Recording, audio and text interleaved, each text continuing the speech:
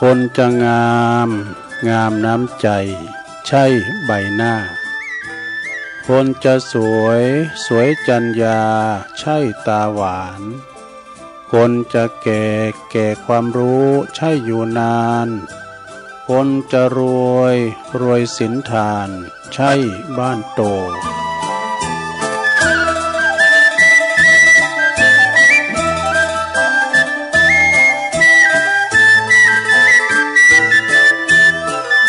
ขอความนอบน้อมแด่พระรัตนตรัยอันมีพระพุทธพระธรรมพระสงฆ์เป็นสรณะที่พึ่งกราบแนบไต่ไหวสาถวายความเคารพมายังครูบาอาจารย์พระมหาเถระนุเถระตันเจ้าคณะพระสังฆาธิการพระภิกษุสามเณรเจ้าจุโตนจุองค์กุวัดวาอารามพร้อมตึงสำนักติภักสงฆ์ตัวเจริญปอนมายังบรรดาปออกไม่ออกศรัทธาดันสาธุชนนักศีลนักบุญคุณดีหมู่เฮาเจ้าขาดตั้งหลายบ่ว่าจะปิ้นปอหลงแม่หลงปอลุงแม่ป่าตั้งปีป่าหน้าเอาศรัทธาตีนจ้องห้องวัดเฒ่าแก่หนุ่มกำใจยิงต่างหลายที่เปิดวิทยุฟังกันเนาะอยู่ตั้งบ้านตั้งจองตั้งหอตั้งเฮินในเวลานี้เวลาว่าบ่าย3:15 น.มาสักหน่อยก็ไล่คืนหมุนคืนเปิดวิทยุมาฟังรายการสารธรรมยามแลงยามบ่ายรายการสารธรรมยามแลงนี้ก็ดำเนินรายการบริหารเวลาโดยตนตัวแห่งอาตมาภาพเก่ากระผมตุลุงนันชัยวัฒนาคเสโนแห่งวัดพระธาตุดอยน้อยตำบลดอยหล่ออำเภอดอยหล่อจังหวัดเชียงใหม่ มาพบมาปะกันเนาะในยามบ่ายยามแลงมาส่งกระจายเสียงให้ศรัทธาต่างบ้านต่างจองได้ฟังกันเนาะยามบ่ายอย่างบางคนก็ไปเหตุการทำงานช่วงนี้มันเป็นเวลาที่หนาฝนแต่บางทีบางแห่งก็ฝนตกเป็นกับปิกกับปอยบางพองก็บางทีบางแห่งก็ตกนักจนวันน้ำนองเนี่ยน้ำนองน้ำหลากทำหืดตั้งพืชพันธุ์ตั้งสิ่งก่อปลูกสร้างเนาะเกษตรกรก็เสียหายไปหลายพองนะน้ำท่วมเข้าก้ามสังกายนะบ้านจองหอเฮิรนก็มีผลกระทบโดยอุทกภัย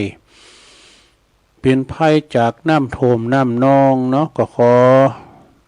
เป็นกำลังใจตัวเนอวันนี้มาพบมาปักกันแล้วเป็นวันจันทร์ของวันที่28เนอเดือนกรกฎาคมพุทธศักราช2568ป่ะนี่นะวันนี้เป็นวันสำคัญต่างชาติเฮาเนาะประเทศไทยเฮาเป็นวันเฉลิมพระชนมพรรษาขององค์พระบาทสมเด็จพระวชิรเกล้าเจ้าอยู่หัวนะรัชกาลที่10ในหลวงของเฮาเด้อ ก็ทุกทั่วประเทศเพิ่นก็มีการทำกิจกรรมถวายเป็นพระราชกุศลเนาะตอนเจ้าเพิ่นก็ตักบาตรการตีอำเภอแต่ตอนบ่ายมาก็เพิ่นก็เจริญพระพุทธมนต์เนาะครูบาอาจารย์เฮาเนาะฉะนั้นก็ศรัทธาญาติโยมวันนี้เป็นวันมงคลวันเฉลิมพระชนมพรรษาในหลวงเฮาเนาะมาพบมาปะกันก็เอิ้นไว้ไปตั้งคืนบุญกันเด้อ คืนสถานีเฮาเนาะวิทยุในเครือข่ายที่เปิดรับสัญญาณรายการถ้ามาส่งเวลาตั้งแต่15 ถึง 17 นาฬิกาคือบ่าย3 โมงถึง5 โมงเนาะขอบคุณทางสถานีวิทยุคณะสงฆ์อำเภอฝาง FM 100.25 เมกะเฮิรตซ์เนอร์พี่น้องฟังแม่อายชัยประการก็ฟังกันหมากโป่งหลงหลายขอบคุณสถานีวิทยุคืนพระพุทธศาสนาการศึกษาและวัฒนธรรมของวัดฝายหินเนอร์ FM 104.50 เมกะเฮิรตซ์เนาะฟังกันในองค์คาหลวงในเมืองขอบคุณสถานีวิทยุมนเสียงธรรมวัดบุพารามอำเภอแม่แจ่มบนเนอร์อันนี้นะ FM 106.25 เมกะเฮิรตซ์เนอร์และขอบคุณสถานีวิทยุวิทยาลัยสงฆ์นครลำปางวัดบุญญาวาสวิหารเนาะ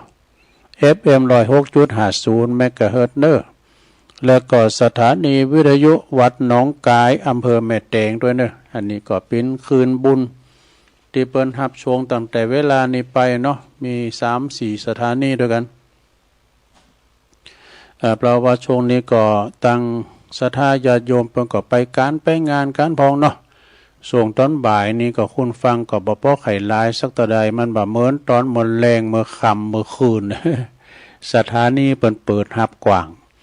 แต่ตอนนี้เปิ้นก็ไปแยกการทำงานกันไปคนที่อยู่ก็ฟังไปเนาะศรัทธาญาติโยมทั้งหลายมาพบมาปะกันมาฟังบางตุนบางองค์เปิ้นก็เอาธรรมมาเทศเอาธรรมมรดกธรรมมาเทศธรรมบรรยายมาเทศให้ศรัทธาได้ฟังกันทั้งบ้านทั้งจองย่อมจิตย่อมใจคุณเฒ่าคุณแก่เฮาเนาะที่เปิ้นฟังกันอยู่ทั้งบ้านทั้งจองนะชัดเจนก็อยู่ก็งอมเงาก็ฟังกันไปเนอะครูบาอาจารย์ถึงมากันถึงวันนะวินวันเสาร์วันติดเนอะเวลานี้นะ วันเสาร์วันติดก็จะมีตุนอื่นกันต่อไปนะศรัทธาญาติโยมทั้งหลายฉะนั้นวันนี้มาปุบมาปะกันแล้วก็บ่เหือกาดแก้วเสียเวลาตุลุงจะเอานี่มาเล่ากันเด้อศรัทธาเคยฟังครูบาอาจารย์ได้เล่าได้หลายเตือนะหลายเตือเสียงเปิดว่าเริงเสียงสัตว์นรก เสียงสัตว์นรกมันเป็นจะใดนะตุสะนาโสนี่นะวันนั้นก็ได้ยินการสนทนากันในเมตตาธรรมอาจารย์พระครูไพศาลครับพระอาจารย์ปครูสายันเปิ้นเล่าให้ฟังตุลุงก็มาคุ้นคว้าหาได้เนาะเอามาลืมดำก้ามนึงนะ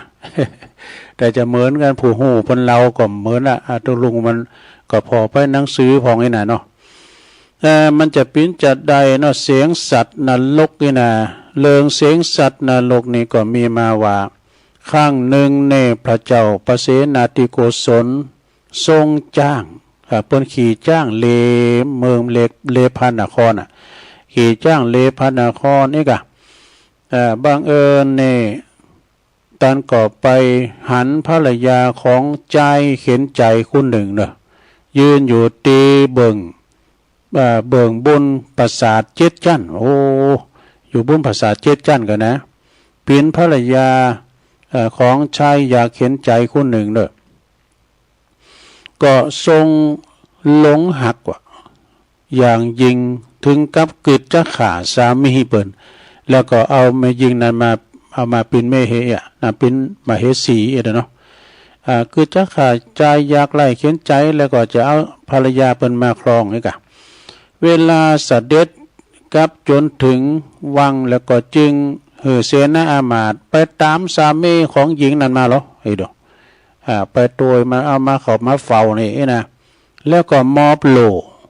แล้วก็อาวุธหือวะเนี่ยมอบโลและอาวุธหือตรัสสั่งว่าเจ้าจงอยู่กับเฮานี่นะอยู่กับเฮานี่บุรุษผู้นั้นก็นึกโหในนึกโหว่าพระราชานี่คงจะคิดฆ่าเฮาแล้วก็จะเอาเมเฮาไปปิ้นเนเตะนะเปิ้นหู้แล้ว ใจอยากไล่เข็นใจก็หู้ตามที่คือใจนะ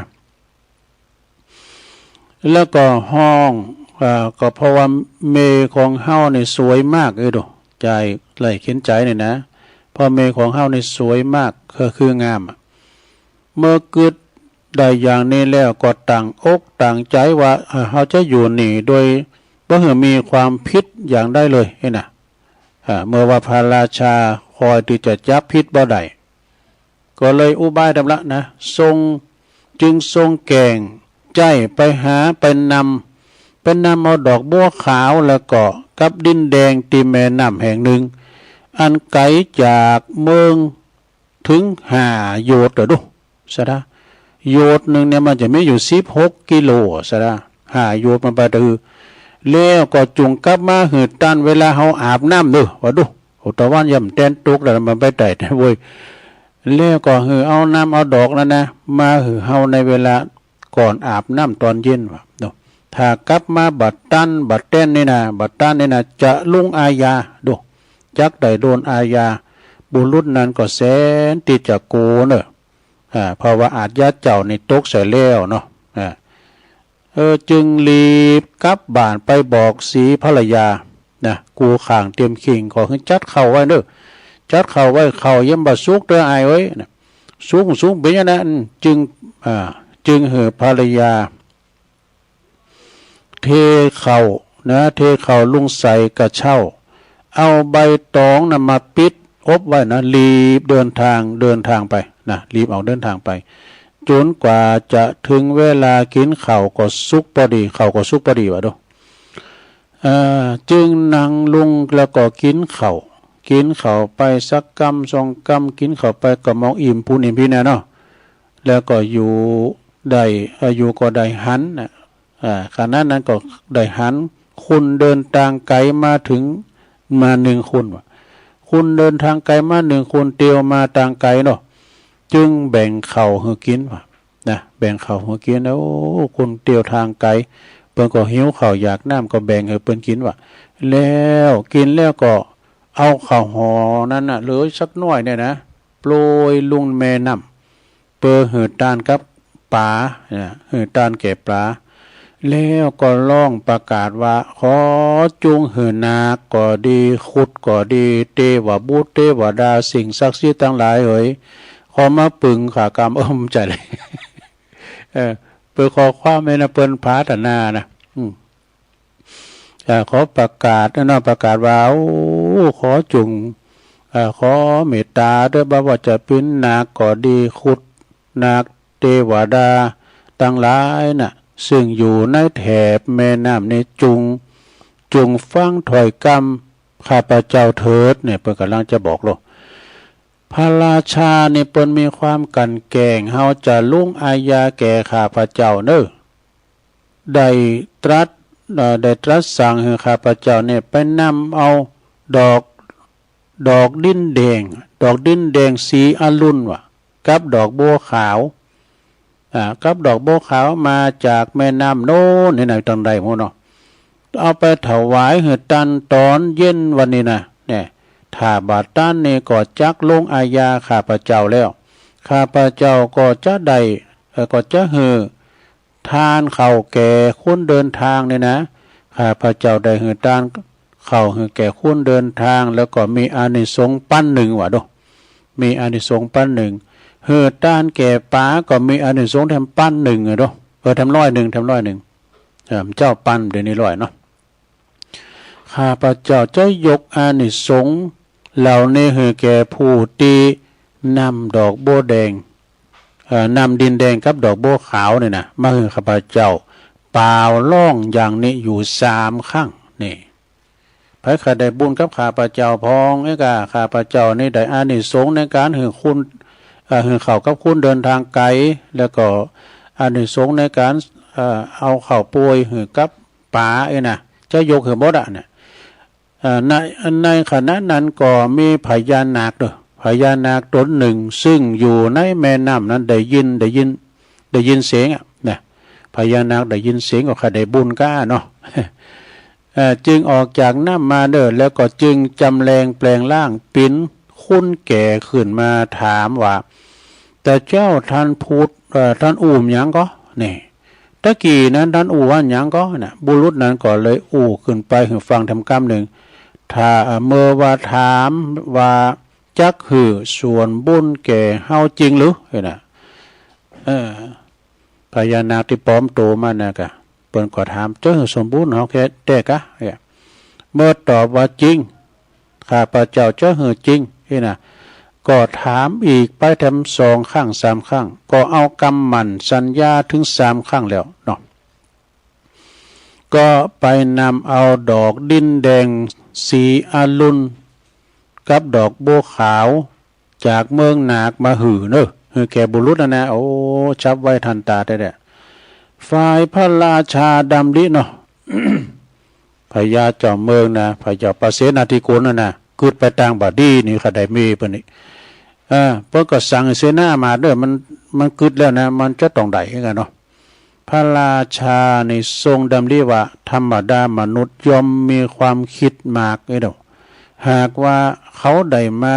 จริงๆก็จะออกอุบายอย่างใดอย่างหนึ่งกิจของเฮานี่ก็จะบ่สำเร็จจึงสั่งเฮือนนายประตูเมืองว่าแต่ละประตูน่ะพอถึงเวลาเย็นคือปิดประตูนั่นหมดว่ะเนี่ยถึงเวลาบุรุษนั้นมาถึงเมื่อว่า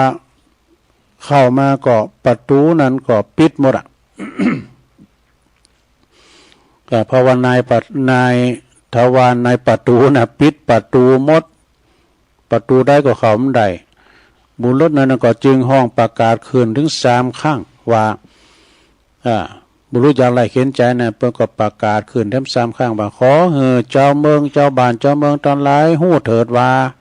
พระราชากันแกงจะลุกอาญาข้าพเจ้าเหตุนั้นก็โดยเหตุประจำปีนไอ้ดอกจะลุกอาญาเฮาโดยเหตุประจำปีนว่าแล้วก็เอาดอกโบขาวกับดินแดงห้อยไว้ที่ประตูเมืองว่ะเอาห้อยไว้ประตูเมืองแล้วก็ไปอาศัยนอนอยู่ที่วัดนอนวัดทำแล้วในคืนนั้นเนอสดาก็เกิดอาเพศอย่างใดบ่ฮู้เนอในคืนนั้นเนี่ยในวันคืนนั้นนี่ก็พระเอิญนะสัตว์นรก4 ตนน่ะนี่สัตว์นรก4 ตนน่ะซึ่งตกอยู่ในหมอนนรกมาอยู่60,000 ปีว่าดูโอ้แล้วก็โผล่ขึ้นมาจากน้ำหมอนนรกกุลหมอนนรกจากปากมาถึงปากหมอนนรกอ่ะดูแล้วก็อยากจะปรับทุกข์ต่อกันนะสัตว์นรกถึง4 ตนน่ะใครปรับทุกข์ต่อกันแต่ก็ได้คุณกรรมว่าทุสะนะโสนี่มันเป็นคาถาเลยเนี่ยคาถาพีกูเหมือนกันทุสะนะโสแล้วก็จุ่มลงไปว่ะนะได้อุคุณกรรมนั่นน่ะได้อุคุณกรรมน่ะทุสะนะโสเสียงนั้นดังขึ้นไปถึงพระเนตรพักกันของพระราชานี่เสียงนั้นนะได้ยินถึงพักกันของพระราชาพญาเจ้าเมืองนก็ทรงตกพระใจพระไทยตกพระทัยโกนะทรงโกขึ้นมาแล้วเพราะว่าพอบอกว่าเสียงนั้นมันเป็นเสียงอะไรอย่างนี่นะเสียงเนี่ยมันยังมันแน่นน้ำเลยนะฟังแล้วน่าโกเจ้าคืนมาเนาะ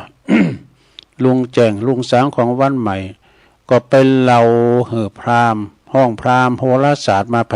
พยากรณ์บ่รู้มันเป็นเรื่องสังแตกนี่นะพราหมณ์ก็หูปูนโนเพียเนาะก็ว่าไปเลยความว่าฝันว่าเยอะทุสะนะโสเนี่ยมันเป็นเหล็กอย่างมันก็คือปัจจุบันพวกพราหมณ์ก็ทูลโดยทูลเสียงอันเดียวนะเพราะว่าพวกพราหมณ์ทั้งหลายก็ทูลว่าเสียงนี่มันห้ายนักจักเป็นอันตรายแก่ราชสมบัติและก็พระชนชีพของต้องแก้ไขหน่อยนะอันตรายนะทรงอันตรายต่อพระชนของพระเจ้าของพญาเจ้าเมืองนี่เด้อเนาะเรียกก็ต้องแก้ไขต้องฆ่าคุณว่าดูฆ่าคุณและสัตว์อย่างละ500ปูจาเย็นปูจายันเนาะเอาสัตว์มา4 เท้า500 ตัวเอาคุณมา500 คุณเนี่ยเอามาสังเวยคือว่ามาปูจายันมาฆ่าสังหารนี่เนาะจึงจักป้นนั้นอาเพศภัยไล่แรงนี่ได้เด้ออดโตพระราชาก็ทรงหลงเจือกะสั่งไปจับคุณและสัตว์อย่างละ500เอาไปยับบ้าพ ที่ไปนะยาจกวันในพวกคุณขอเนี่ยยับมาคนใดมันให้เอามายับมาเนี่ยเอามาสังเวยหรอกไปผูกไว้เปอวัจจะขาปูจายันแน่เอาไปมัดหมดแล้วนะแต่ในบัดดลนั่นเองนี่พระนางมาริกาเนี่ยทรงทราบจึงไปเฝ้าเข้าไปเฝ้าพระพุทธเจ้าพระพุทธเจ้าก็ตรัสว่าโอ้เสียงนั้นเนี่ยว่าจะหือโตดแก่พระราชาเนอเสียงนั้นเป็นเสียงของสัตว์นรกสี่ตนต่างหากเนอทรงแล้วก็ทรงเล่าเลิงสัตว์นรกทั้งสี่ทั้งสี่นั้นหือฟังนะว่าสัตว์นรกทั้งสี่นั้นน่ะในสมัยที่เปิ้นมีอินทรีย์ชีวิตอยู่เปิ้นเป็นจู้กับกันวะนี่เป็นจู้อย่างไร คือเปิ้นเป็นจู้กับภรรยาคนอื่นนี่อันนั้นจะเปรตเป็นเปรตตัวผู้เปรตปอใจเนาะไปเป็นภรรยากับคนอื่นแล้วก็ตลอดถึงอายุนะอายุ20,000 ปีดูไปเป็นจู้เปิ้นว่าเวลาตายไปแล้วจึงได้มาก่อเกิดอยู่ที่อเวจีนรกอยู่ตลอดถึง1 พุทธันดรดูจึงขึ้นมาตกโลหะกุมพีนรกอยู่อีกแถม60,000 ปีว่าดูในนรกนะแถม60,000 ปีในนรกโดยปีไหนโดยปีในนรกนี่นะคือจุ่มอยู่ในกุ่นหม้อนรกนั้นนะ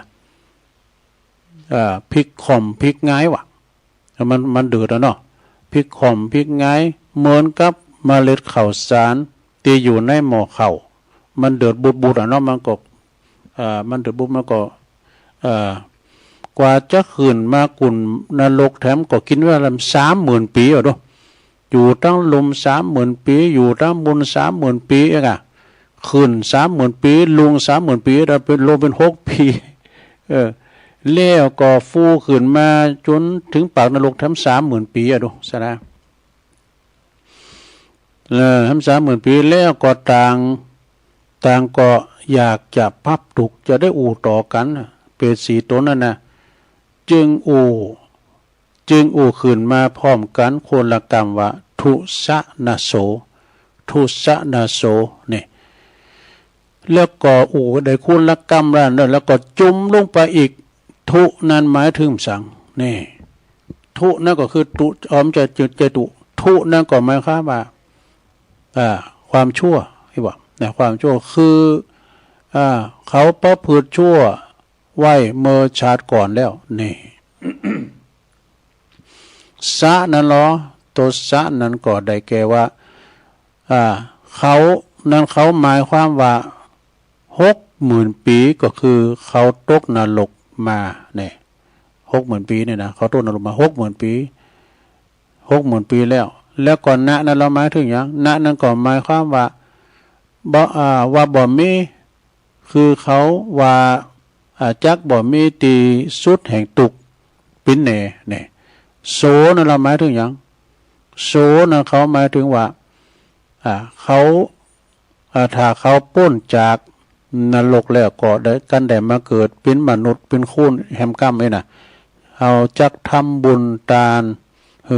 รักษาศีลฟังธรรมหนักดังนี้เนี่ยเปรตทั้งหลายนะเปิดวัตถุสานะเสริมมันมีความหมายเมื่อพระเจ้าปเสนาธิโกศลทรงสาบสดับดังนั้นแล้วก็ทรงสลดพระฤทัยใหญ่หันว่าการเป็นจู้กับภรรยาผู้อื่นนั้นมีบาปนักหนาเนาะเปิดก็หูคิงละจึงตัดความหลักจากภรรยาของบุรุษไล่เข็นใจนั้นเสียแล้วก็ทูลขึ้นว่าน่ะ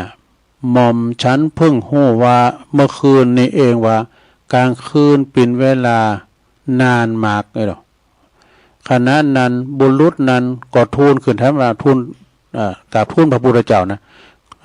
ขณะนั้นบุรุษนั้นก็ทูลขึ้นถามว่าข้าพระองค์ก็เพิ่งหู้เมื่อวานนี้เองว่าหนตั้งโลกหนตั้งโยชน์หนึ่งไกลมากพระพุทธเจ้าก็ตรัสขึ้นว่ากลางคืนย่อมปรากฏ นานแก่คนตีบางคนที่ปุนนบ่รับ แล้วก็ตั้งโยชน์หนึ่งเนี่ยยอมปรากฏยาวแก่คนที่เดินคนที่บางคนเด้อส่วนว่าสงสารสังสารวัฏสงสารนั้นยอมปิ้นของยาวแก่คนโง่ไม่มีปัญญาดังนี้เนี่ยเมื่อบุรุษนั้นได้ฟังก็สำเร็จเป็นพระโสดาบันเนี่ยพระเจ้าประเสนาธิโกศลพญาเจ้าเมืองนั้นก็ถวายบังคมลาเนอะถวายบังคมลาตัดสั่งหือปล่อยคุณแล้วก็สัตว์ทั้งหมดนะที่ขังกักกันไว้นะปล่อยตึงคุณปล่อยตึงสัตว์ไปสิ้นคุณตั้งหลายก็ปากันสรรเสริญคุณของพระนางมาริกาปินอันมากหนักหนาพระภิกษุตั้งหลายเนาะก็สรรเสริญเหมือนกันพระพุทธเจ้าจึงทรงเล่าเรื่องอดีตที่พระนางมาริกาได้ช่วยชีวิตของอันสัตว์เดรัจฉานของพระราชานะสมมติได้ช่วยชีวิตของพระราชาถึง101พระองค์ไว้ในจาดก่อนคือภิกษุทั้งหลายได้ฟังนี่เรื่องนี้เปิ้นก็จริงหันว่าบาปที่เป็นจู้กับภรรยาคนอื่นก็ดีนอกใจสามีก็ดีจะเป็นบาปหนักหนานะ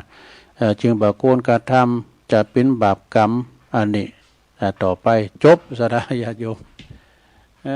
จบไปเลยเนอะสดาญาโยมเนาะอันนี้ก็เป็นทำเรื่องหนึ่งเนาะสดาญาโยมมาเล่าสู่จู้กันฟังเนอะมาเล่าสู่จู้กับพี่น้องศรัทธาได้ฟังกันเรื่องจาดกมาในนิทานพองก้าอีนะ เดี๋ยวจะเอาเนี่ยมาไว้กันเนื้อศรัทธาเนอะสังเอาขอคิดเป็นนิทานเหมือนกันเนาะนิทานสังตุมันมีหันอย่างนึงนะอันนี้เป็นอันนิทานจะเป็นอันตอนที่หนึ่งก็คือเป็นนิทานเรื่องพระเถระเจ้านึกไข่ซิกว่าตุเจ้าพระเถระเนี่ยนะเปิ้นเป็นเถระแล้วนะไข่ซิกก็เปิ้นบ่ให้ซิกแล้วก็ขึ้นไข่มรณภาพไข่ตายแล้วก็เอางูมาคบเอางูเห่ามาคบงูก่อมคบมันพิจารใดล่ำเหลือก็เดียวก็ถาฟังพอกันเนอศรัทธาเนออันนี้มันเป็นโต๊ะโจยหน่อยศรัทธาลองฟังพอเนอพระเถระผู้ที่ไข่หืองูคบหืองูซกตายวะนั่นพิจารมีพระเถระตุนหนึ่งเนี่ยนึกอยากจะซึกเนี่ยจึงเกิดว่าเฮาเนี่ยถ้าตายเนาะทางพระจะประเสริฐดีนะถ้าตายถ้ามรณภาพดังตุเจ้าเนี่ยนะประเสริฐดีนะก็คิดอุบายดีจะทำให้ตัวเก่าตายว่านี่จะเยอะจะได้อยู่มาหันวันหนึ่งในพระภิกษุตนตั้งหลายก็ยับเอางูมาตัวหนึ่งเนี่ยงูเห่าปิดไล่เอามาใส่หม้อแล้วปิดปากหม้อไว้อย่างดีนะถือออกไปนอกวัดเปิดจะได้เอาไปปล่อยทิ้งเนี่ยเดี๋ยวนี้ซ้ำให้เนี่ยระวังนะงูเงี้ยวเขียวคออย่างน้ำนองเลยนะมันก็ได้มันก็จะปะปึงขนาดนั้นวังเนอะงูนะแล้วก็พระองค์นั้นเนี่ยตุเจ้าตุนนั้นก็รับอาสาถือเอาหม้อไว้ว่ามานี่เดี๋ยวเขาจะเอาไปปล่อยไอ้กะตุเจ้าที่มันไข่งูครบนะเอามานี่แล้วเดี๋ยวผมจะขอเอาไปปล่อยนอกวัดพวกนี้กะก็ถือเอาหม้อนั้นมานะตุเจ้านั่นนะมันไข่ตายนะครับผาเหลืองไอ้กะจะได้นอนนกฮัสดีลิงกะ จะได้นอนนกฮัสดีลิงกะไอ้เนาะไข่ตายยังมาเป็นตุเจ้าไอ้วะมรณภาพตุเจ้าไม่มีวันตายแต่ไม่เป็นอมตะเปิ้นเรียกว่ามรณภาพเมื่อว่าป้นจากเขตวัดไปแล้วก็ไปนั่งอยู่ที่แห่งหนึ่งเด้อเปิดปากหม้อละเปิดปากหม้อขึ้นหย่อนมือลงไปโกนหึงงูครบหึงงูกัดงูก็บักกัดงูนั่นน่ะยังว่าดีแล้วเนอะงูก็บักกัดบักซกแต่อย่างใด เออคนปิดออกมางูก็เฉยๆเนาะตัวเจ้าตัวนั้นก็จะฮือก่อมดีเนาะจึงเอางัดปากงัวคบกันงัดปากงัวขึ้นแล้วก็เอานิ้วแย่เข้าไปในปากงูก้ำว่ะนะเข้าใจว่างูในบ้าใจงูปิดก้าอีน่ะคบมันก่อมคบงูตัวนี้มันก็ถ้าแต่โกเป็นบาปก็ไอ้น่ะแล้วปล่อยงูไปว่ะฮั่นแล้วก็กลับมาเล่าหือภิกษุตั้งหลายเด้อฟังภิกษุตั้งหลายก็นางนิ่งอยู่นางนิ่งเงียบอยู่เด้ออยู่มาหันวันหนึ่งแถมมีสังโกนผมสังโกนระบกเนี่ยนะสังโกนผมคนหนึ่งออกไปโกนผมหือตู้เจ้าเนี่ยไปโกนผมให้พระเอบะแล้วก็วางมีดขูดมีดโกนเอาไว้ที่แห่งหนึ่งนะตู้เจ้าตุ้นนั้นก็จึงถือเอามีดโกนนั้นไปเฮ้วะนี่แล้วก็เอาไปวางที่คอเอาไปวางที่คอลงตีต้นไม้ต้นหนึ่งเนี่ยเอาไว้ลงที่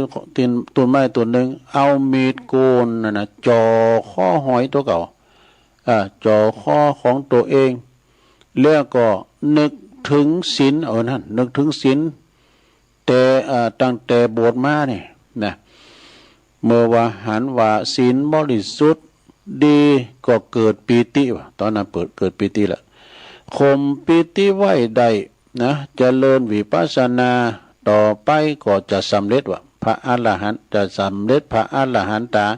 เรียกก็กลับเข้าไปวัดทั้งหมดพระภิกษุทั้งหลายจึงถามว่าท่านไปไหนมานะท่านไปไหนมาตุเจ้าตุ้นนั้นก็เล่าเรื่องให้ฟังหมดเนี่ยพระภิกษุทั้งหลายก็จึงไปกราบทูลพระพุทธเจ้าก็ทรงทราบนะพระพุทธเจ้าก็จึงตรัสว่าบัดนี้ภิกษุตุนนั้นได้สิ้นเป็นผู้สิ้นอาสวะกิเลสไปหมดแล้วพระภิกษุทั้งหลายก็จึงทูลถามว่าผู้สมบูรณ์โดยอุปนิสัยพระอรหันต์เหตุได้จึงอยากซึกนะก็ขนาดจะบรรลุแล้วเป็นพระอรหันต์ตัดแล้วยังเฮือยังไข่ซิกอยู่นะแล้วก็หันงูนะเหตุไรงูต้นนั้นจึงบ่าคบกัดพระพุทธเจ้าก็ตรัสว่าตีเขาอยากซึกนั้นก็เพราะว่าข้างศาสนาของพระเจ้ากัสสปะพุทธเจ้าเขาได้บวชเป็นพระภิกษุเป็นตุเจ้าเหมือนกันพอมีปืนนะพอมีปืนกันบอกว่าอยากจะซึกก็ซึกมาดอกได้บริขารของเปิ้นจุของเปิ้นซิกนะภิกษุทั้งหลายนี่ก็ใครเปิ้นซิกว่าแล้วก็จะขอต่อผ่าเหลืองนะขอต่อผ่าเหลืองจากเปิ้นกันซิกนี่ก็ขอจ้องผ่าเนยกะส่งเสริมให้ซิกติ๊กนะแล้วก็ตุ้นนั้นมันก็จะได้ปูจ้าผ่าไปคลองตมก่อนในผ่ามันเข็มอย่างนั้นผ่ามันเข็มแล้วก็ได้เจริญสมถะธรรมอยู่จนตลอดชีวิตนั่นมาแถมจาดหนึ่งมาจาดนี้จึงอยากซึกแต่ก็บัดสำเร็จเป็นพระอรหันตาเพราะได้เจริญสมณธรรมงูต้นนั้นเมื่อจาดแล้วก็ขึ้นเป็นสามเณรคือเป็นสามเณรจากจาดนี้ก็มาเกิดเป็นถาดของพระภิกษุองค์นี้นะเพราะฉะนั้นงูต้นนั้นจึงบอกกัดดังนี้เนี่ยเรื่องนี้เปิ้นก็จริงหันว่าผู้ที่เคยเกี่ยวข้องกันมาในจัดไก่ก็ดีนะยอมมีเยื่อใยไมตรีต่อกันเด้อนะยอมมีเยื่อใยไมตรีต่อกันส่วนว่าบุญและบาปนั้นถึงจะทำไว้นานเท่าใดก็ตามเมื่อใดช่วงเวลาได้แล้วก็จะเห็นผลในเวลานั้นทันทีจบลงไปสดาญาโยมเนี่ยคุณเอานี่มันมีบุญต่อเนื่องกันนะสดาญาโยมทั้งหลายเนาะมีบุญต่อเนื่องกันเวลาว่ามีบุญมีกรรมรวมกันมาเกิดมาเป็นปอเป็นแม่เป็นลูกกันก็ดีเป็นสีสามีภรรยากันก็ดีก็เกิดมาแต่ บุญกรรมนำแต่งมาเนาะศรัทธาจบลงไปศรัทธาญาติโยมทั้งหลาย บุญนำกรรมแต่งเกี่ยวกับพระภิกษุที่ไข่ซิกเป็นผู้ซิกก็ไข่มรณภาพเอาหือโง่สุกโง่ก่อมครบเป็นว่าจัดแล้วปังหลังงูน่ะคือสัมมเนรเนี่ยจบลงไปศรัทธาเป็นชาดกเนอะ ตอนนี้ไปจะเอาเรื่องชีวิตคือการศึกษานี่พินจัดใดก็ลองฟังก่อนเนอะหนังสือกล่อมก็มีสาระประโยชน์เหมือนกัน ชีวิตคือการศึกษามนุษย์คนเฮานี่บ่ว่าจะเกิดมาเป็นไผเป็นลูกของไผก็ตามเพิ่นว่านะต่างก็มีทุกข์คล้ายกันนะ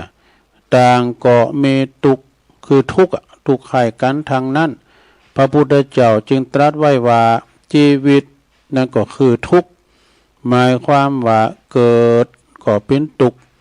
แก่ก็เป็นทุกข์นะความเกิดก็เป็นทุกข์ความแก่ก็เป็นทุกข์ความเจ็บก็เป็นทุกข์ด้วยจะลวงสุดความตายก็เป็นทุกข์ด้วยทุกข์ทางนั้นการประสบกับสิ่งที่บ่หักการผัดผากจากสิ่งที่หักปรารถนาสิ่งใดบ่ได้สิ่งนั้นก็เป็นทุกข์ทำแล้ว ความโศกเศร้าลำไรลำพันธ์ความบ่สบายกายความบ่สบายใจความขับแค้นใจก็เป็นทุกข์ทำเหมาะซะทุกข์อย่ามาอีเนาะทุกข์อย่ามาหนัก ก็ตามหลักพระพุทธศาสนาเนี่ยชีวิตอันประเสริฐสูงสุดที่พระพุทธเจ้าทรงสอนคือชีวิตที่เป็นไปเพื่อการศึกษาเพื่อให้เกิดปัญญาหูแจ้งในอริยสัจสี่อริยสัจสี่คือความจริงอันประเสริฐสี่ประการคือหนึ่งทุกข์นะก็คือทุกข์นะสองสมุทัยเหตุให้เกิดทุกข์สามนิโรธคือความดับทุกข์สี่มรรคคือต่างปฏิบัติเพื่อความดับทุกข์เนี่ย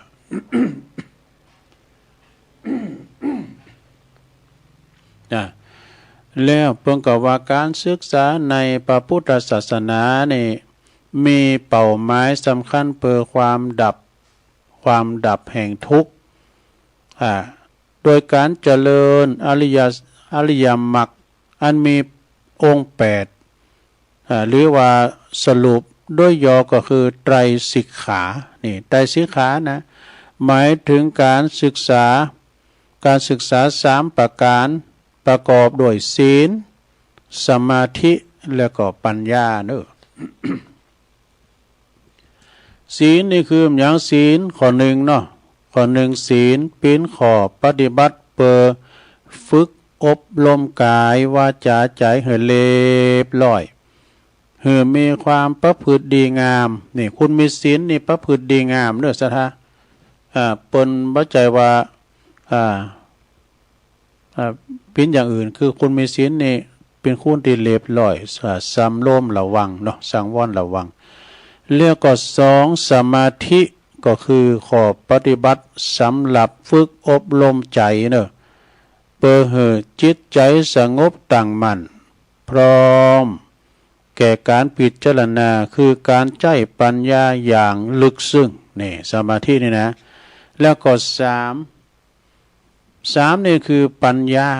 คือข้อปฏิบัติสำหรับฝึกอบรมปัญญาเพื่อให้เกิดความหูแจ้งในเข้าใจสิ่งทั้งหลายตามความเป็นจริงเนาะ แล้วก็ธรรมะแต่ละข้อในไตรสิกขานี่นะต่างก็มีความสัมพันธ์กันคือเมื่อปฏิบัติข้อแรกคือศีลสมบูรณ์เรียกว่าศีลถึงใจเนี่ย เรียกว่าศีลถึงใจชีวิตก็จะเป็นสุขสบายมีความโปร่งใสโล่งใจความโปร่งใส ความโปร่งโล่งเบาสบายนั่นก็จะเป็นหลักฐานเป็นฐานที่จะทำให้ฝึกสมาธิได้ง่ายเนี่ยเมื่อจิตนิ่งสงบแล้วจึงยอมจะโน้มไปในทางความจริงได้ง่ายจิตตีอย่างเห็นนะอย่างหันความจริงยอมตระหนักว่าบ่มีอันยังควรยึดถือเนอะปัญญาซึ่งเป็นเครื่องช่วยให้หลุดพ้นจากทุกข์ก็จะเกิดขึ้นไตรสิกขาจึงเป็นหลักนะจึงเป็นหลักปฏิบัติสำคัญที่ช่วยในการดับทุกข์ในชีวิตอย่างแท้จริงนะได้อย่างแท้จริงนะ และทำกรรมเป็นประวัติถึงแม้ว่าภัยจะมีความทุกข์มาขนาดไหนเคยทำบาปทำกรรมไว้มาก็ตามเด้อหากว่ายุดการกระทำความชั่วนั้นได้แล้วก็ตั้งมั่นอยู่ในศีลห้าปฏิบัติภาวนาจนเกิดวิปัสสนาปัญญาแล้วนะก็จะมีโอกาสเมตตาไปสู่ที่สูงได้เนอะจนถึงขั้นบรรลุอริยมรรคนะอริยผล นิพพานได้ดังเช่นองคุลิมานเนี่ยเคยฆ่าคุณมานักหลายเนาะ999คุณก็เนาะ ตามมาคาแล้วก็ธรรมดาดีก็น่าจะเป็นนั้นก็น่าจะต้องไปตกมรณะกะแต่ว่าองคุลิมานนี่เพิ่นได้เจริญวิปัสสนาจนเกิดปัญญาหูแจ้งหมายถึงศีลสมาธิปัญญาเกิดขึ้นสมบูรณ์บรรลุนิพพาน พ้นไปจากกฎแห่งกรรมพ้นไปจากวัฏสงสารใดการเจริญวิปัสสนาจึงเปรียบเหมือนระเบิดนิวเคลียร์ดูเนี่ยล้างบาปทั้งหมดได้อานิสงส์ของศีลก็คือความสุขเพราะเมื่อใจเฮาเป็นศีลก็คือถึงใจนะเป็นศีลถึงใจชีวิตก็จะบ่มีเพศภัยมีโทษภัยอย่างสักอย่างนะมีแต่ความสุขในเบื้องต้นอานิสงส์ของการทำสมาธิก็คือความสุขมากยิ่งขึ้นอานิสงส์ของปัญญาก็คือความสุขสูงสุดเด้อเนี่ยศีลสมาธิปัญญาเนี่ยเปิดก็เลยมีบาลีกำกับไว้ว่านัตถิสันติปรมังสุขขังนัตถิสันติปรังสุขขังเนี่ยนะความสุขยิ่งกว่าความสงบในบ่เมละนิพพานังปรมังสุขขังวัฏันติพุทธาพระพุทธเจ้าทั้งหลายตรัสว่าพระนิพพานเป็นความสุขสูงสุดจบสทาญาติโยม จบไปได้ก่อนเนาะสทาอันนี้ก็คือเป็นหนังสือกล่อมที่น้อมนำมาเราสู่จูกันฟังเด้อสทาญาติโยมทั้งหลาย ที่ได้ฟังกันอยู่ตั้งบ้านตั้งจองตั้งหอตั้งเฮินก็ดีหลังจากที่ได้ฟังกันไปแล้วเนาะสทาญาติโยมก็ในวันนี้ก็ได้มาเข้าสู่รายการทำรายการของตุลุงก่อนคือวันนี้เป็นวันเฉลิมพระชนมพรรษาของในหลวงรอ10เฮานี่ศรัทธาเปิ้นก็มีการไปเจริญพระพุทธมนต์กันน่ะทุกวัดที่อำเภอดอยหล่อนี่ก็จะมีสวดมนต์กันปุ้นที่วัดไร่พัฒนาราม วัดไร่พัฒนารามก็คือตำบลดอยหล่อเขานี่แหละนะอำเภอดอยหล่อเนี่ยตึงอำเภอก็จะมาที่หันโมดนี่ซะนะแล้วก็โดยมีคณะครูบาอาจารย์แล้วก็ทางราชการด้วยเนาะเมื่อเจ้านี่ก็เพิ่นก็ไปตักบาตรกันที่อำเภอนะฉะนั้นก็ศรัทธาญาติโยมทั้งหลายวันนี้เขาก็เป็นวันสำคัญตั้งป ประเทศชาติเฮาเนาะตอนนี้ก็ศรัทธาญาติโยมแต่ว่านี่เขาก็ได้มาฟังรายการ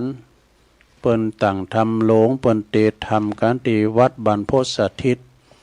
ลุงก็ไม่ได้ไปกับเปิ้นแต่ก็เหมือนได้ไปก็ได้ฮู้ได้หันเปิ้นจัดรายการการเปิ้นเทศนำเทศธรรมกันโอ้เป็นตาดีมนต์ดีงานเสียงไปหกผูกแล้วก็ว่าเนาะเปิ้นสวดเปิ้นเทศธรรมตั้งธรรมโหลงตั้งแต่ธรรมคาถาปัญกาโดยพระมหาเถระเปิ้นได้มาทั้ง2-3ตุนเปิ้นเทศท่านพระครูอุดมศิริทัตน์หลวงปู่เปิ้นได้เป็นองค์เทศผูกแหลกแล้วก็ท่านพระครูปลัดสุเมธก็เนาะตุปิยุยแล้วก็ท่านพระครูชลทานพิทักษ์ตุลุงแดงในก่อนเพนนะเปิ้นเทศกันนะก็เข้าใจดีเนาะ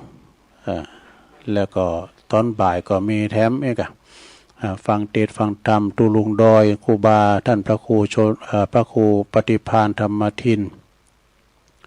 เพื่อก็เทศบรรยายไปเป็นผูกก็เข้าใจดีเฮ้ยโธ่แล้วก็เพื่อก็เทศนำเทศธรรมไปสุดท้ายเปิ้นก็มีท่านพระครูสังวรพระครูท่านพระมหาดฤดลกันเนาะดฤดลนี่ก็อันนี้ก็เทศจัดเน็ตเนอะเท่าฟังแล้วก็โมนมาฟังแล้วก็โอ้อันละบำลำนำเปิ้นก่อนนี่ตุลุงหูจักกับอาจารย์ท่านตุเจ้าตังลำปางนะเปิ้นมาเห็นหนังสือที่ธรรมสาธิศึกษาที่น้องเจดีนะพระศักบดินกันไวหูจักกันอยู่ศักบดินกันไวเป็นนักเทศนะก็เนี่ยอย่างท่านมหานฤดลเนี่ยเสียงอย่างเดียวก็มากึดโหนเลยก็อันนี้เสียงเหมือนพระอาจารย์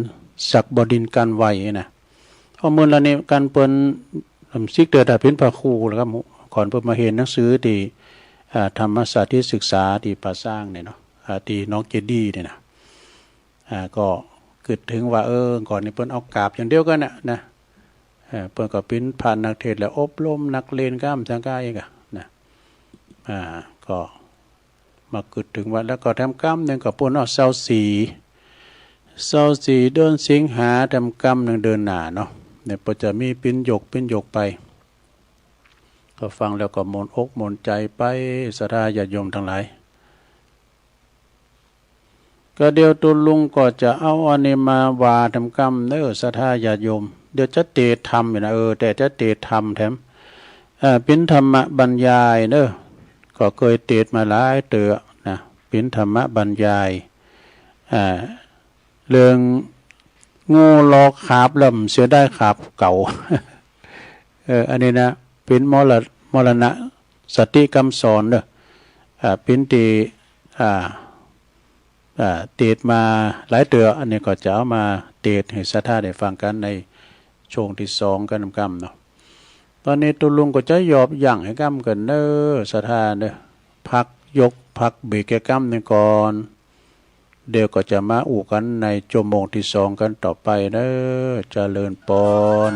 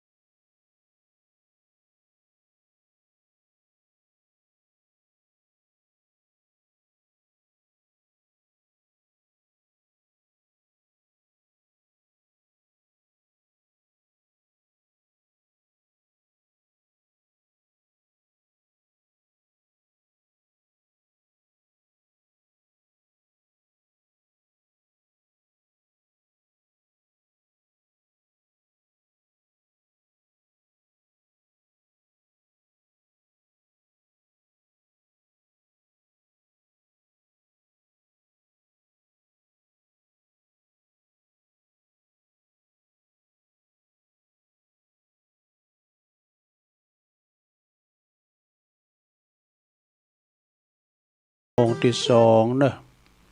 ขณะนี้ท่านทั้งหลายก็กำลังฟังรายการ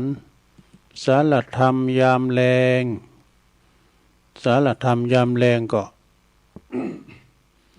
ดำเนินรายการโดยต้นตัวแห่งอาตมาภาพเนาะตุลุงหนันชัยวัดนาคาเสโนจัดรายการอยู่ที่บุญวัดพระธาตุดอยน้อยในขณะนี้ก็แดดกำลังจะออกมาจ้ะ เป่งมาพองละเนอบรรยากาศตั้งพี่นะ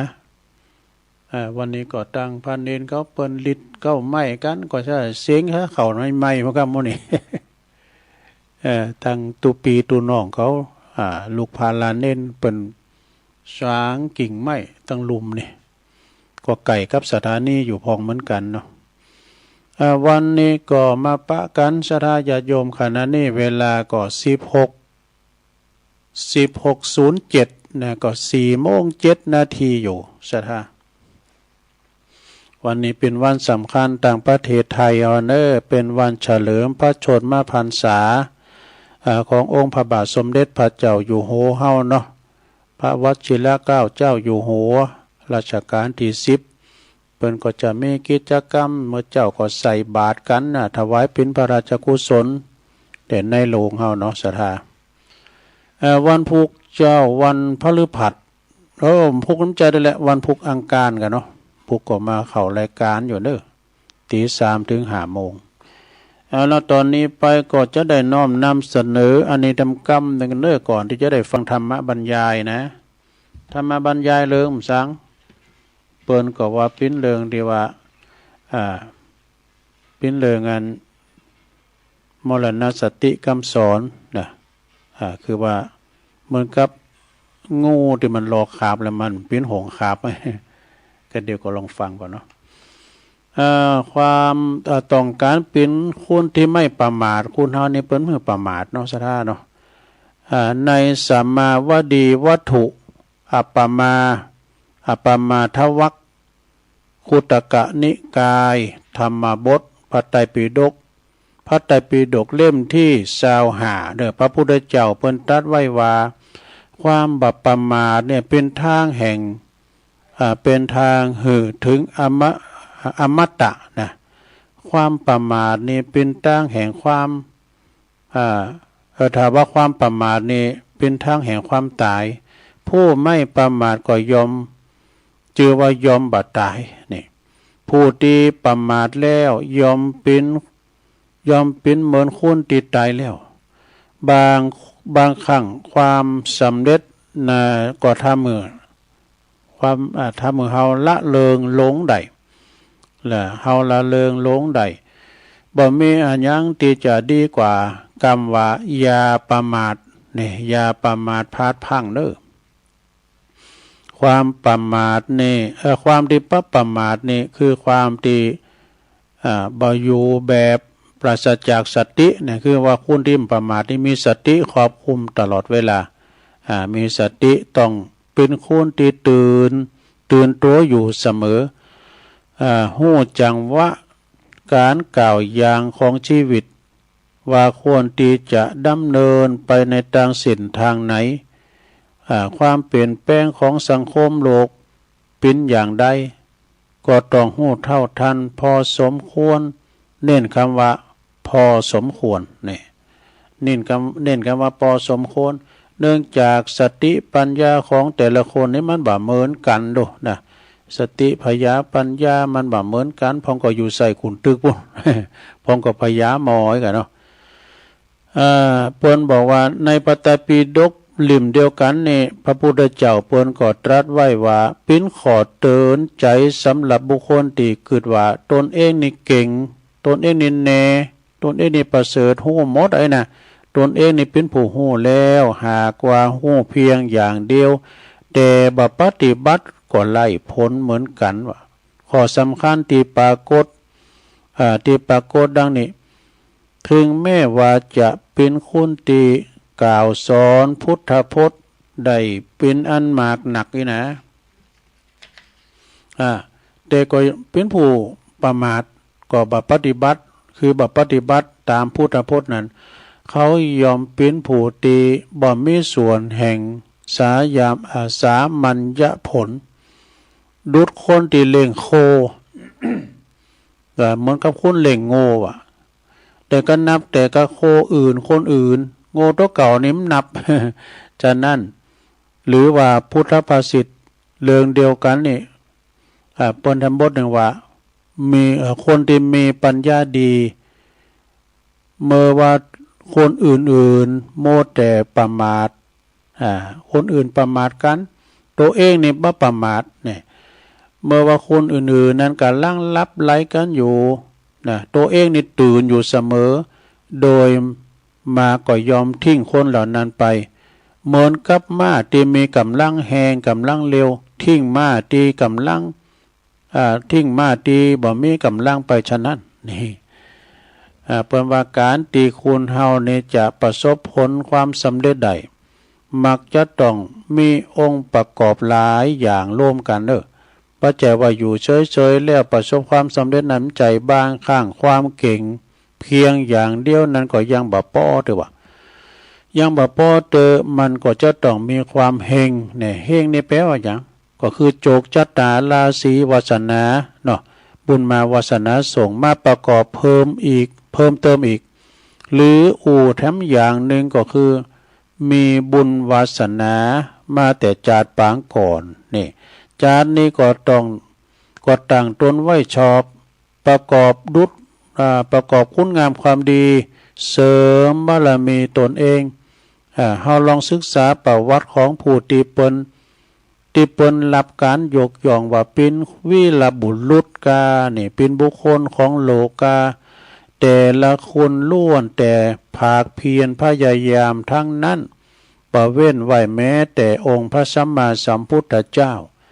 พระองค์ได้บำเพ็ญปำเพ็งบารมีคือมาแล้วถึง4อสงไขยปลายแสนมหากัปในพระชาติสุดท้าย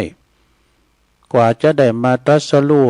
เป็นอนุตตรสัมมาสัมโพธิญาณได้นั้นก็ใช้เวลาบำเพ็ญบารมีธรรมถึง6 ปีเต็มว่าดูเวลาทุกเวลานาทีทุกวินาที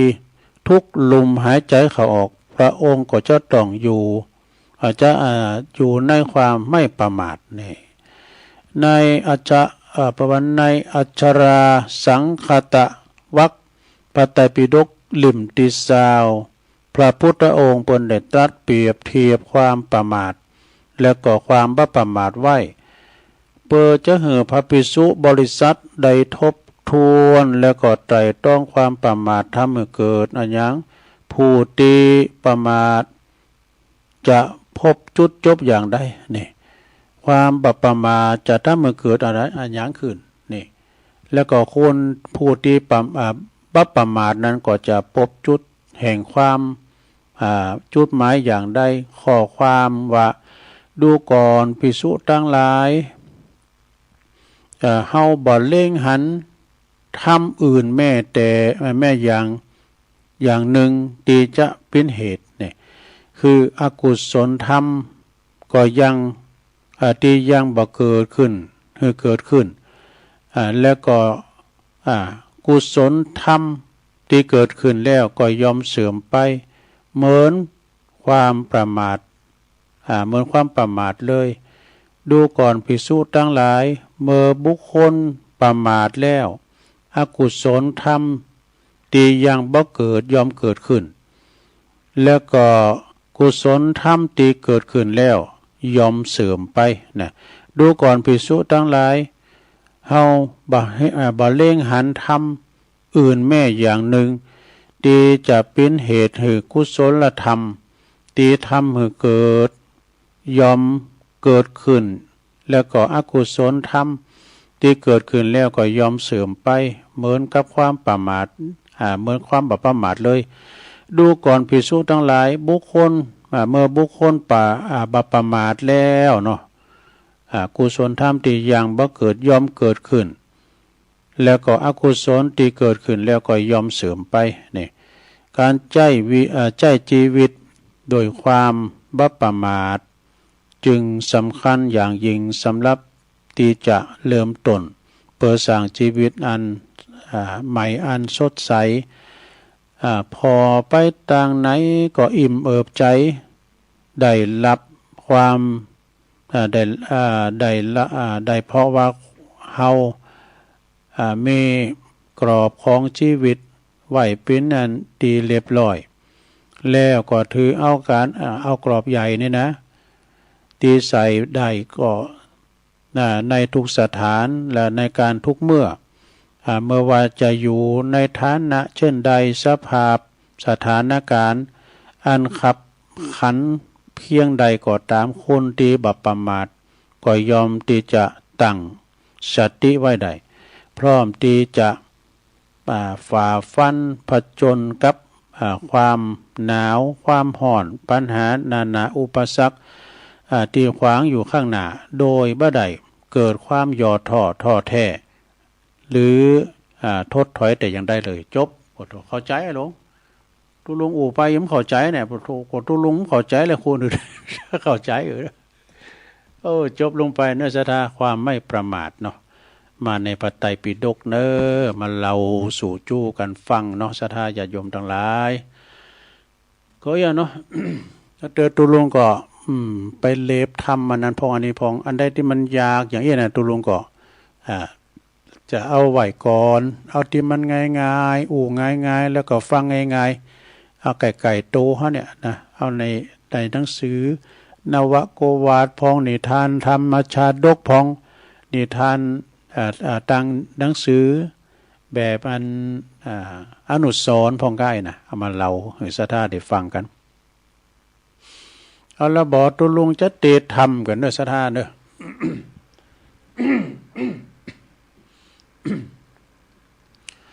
จะเตะน้ำเตะธรรมนะมรณะสติคำสอนให้ศรัทธาได้ฟังกันไปเนาะศรัทธาญาติโยมทั้งหลายเป็นธรรมโต๊ดตั้งไว้เด้อ จะเป็นจะได้ตั้งนะโมให้3 รอบก็ฟังไปตามสบายเด้อลงเด้อนะโมตัสสะภะคะวะโตอะระหะโตสัมมาสัมพุทธัสสะนะโมตัสสะภะคะวะโตอะระหะโตสัมมาสัมพุทธัสสะนะโมตัสสะภะคะวะโตอะระหะโตสัมมาสัมพุทธัสสะสัพเพสัตตามรณสันติมรณังตัมหิชีวิตันติก็ณโอกาสบัดนี้อาตมาภาพก็จักได้แสดงพระธรรมเทศนาเนออันเป็นสาลธรรมคำสอนขององค์บวรสัมมาสัมพุทธเจ้าวันนี้ก็จะได้แสดงธรรมเรื่องมรณสตินี่สะนะมรณสตินะคือเห็นนึกถึงความตายเนี่ยตึงยิงตึงใจหนุ่มสาวเฒ่าแก่ที่เปิดมาโลมปิ้นเกตได้งานทุกท่านทุกคนเหินนึกถึงมรณสตินี่เปิดว่านะว่าวันหนึ่งนะเฮาไปพอเปิ้นดีงานศพเนาะไปไหวเปิ้นจำเดก็ไปสู่มากายกรรมวจีกรรมมโนกรรมเปิ้นนอนยาวเหยียดอยู่ในโรงทองแต่ว่าวันใดวันหนึ่งนะสะดำจะคำอายุว่าเปิ้นว่าโตเฮาก็จะได้ไปนอนอย่างอันเหมือนกันปิ้นตีแน่นอนเนี่ยลุ่มหายใจจากกันไปและการน้อมระลึกนึกถึงความตายนี่คือความจริงนี่คือความตายรู้เนาะการเราได้ความจริงมี4อย่างเกิดแก่เจ็บตายจบเนาะเกิดแก่เจ็บตายนี่มันแน่นอนเกิดนี่เขาก็มีอยู่แก่ก็มีมาเจ็บก็มีมาตายก็มีมาอันนี้เป็นสัจธรรมความจริงเนอะเปิดปินอุบายคลายบรรเทาเสียซึ่งความวิปโยคโศกเศร้าเสียใจเนอะอันเกิดจากการได้ปัดภาคจากกันไปนะ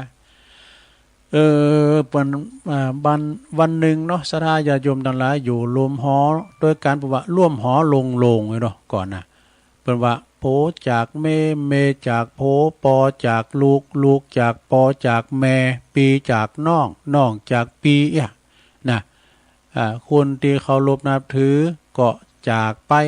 เวลาเปิ้นลุ่มหายตายจากแล้วเนี่ยสดาญาโยมทั้งหลายว่าปอมว่าแม่ตาลเปิ้นเนาะตาลคันเขายิงบาเดียวนี่ปวดโตบาเดียวนี่จ่ายย่อมผีบานเปิ้นปลดล็อกเนอะสดา